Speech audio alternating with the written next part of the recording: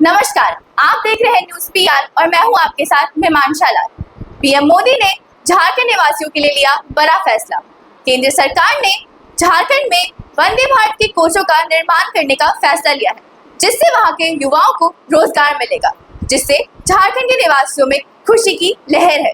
चलिए जानते हैं क्या है पूरी खबर हमारे साथ। भारतीय रेलवे की semi high speed Vande Bharat express के कोच अब चेन्नई के साथ साथ जमशेदपुर में भी तैयार किए जाएंगे। इस दिशा में कार्य की शुरुआत हो चुकी है। भारतीय रेलवे के लिए एक महत्वपूर्ण पहल के तहत अब वंदे भारत एक्सप्रेस के आधुनिक कोचों का निर्माण झारखंड के जमशेदपुर स्थित चकुलिया प्रखंड में किया जाएगा।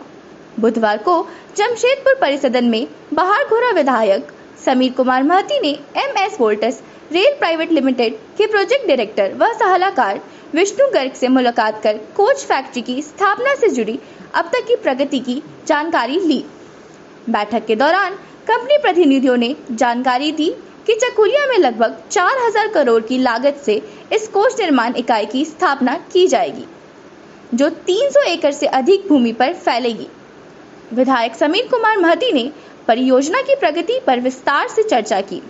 कंपनी ने बताया कि फैक्ट्री के शुरू होने पर स्थायी स्तर पर 4000 से अधिक युवाओं को रोजगार के अवसर मिलेंगे।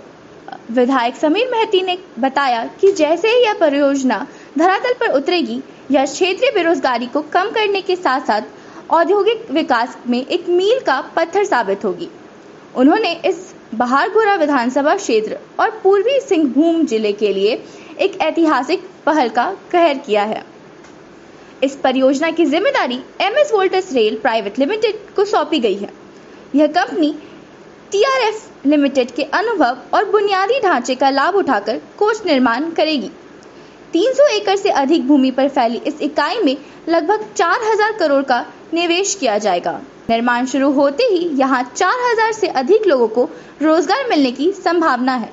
कंपनी ने आश्वासन दिया है कि वह भारतीय रेलवे के सख्त गुणवत्ता नियंत्रण नियमों का पालन करेगी और कोच निर्माण में अपने दशकों से अनुभव का उपयोग करेगी।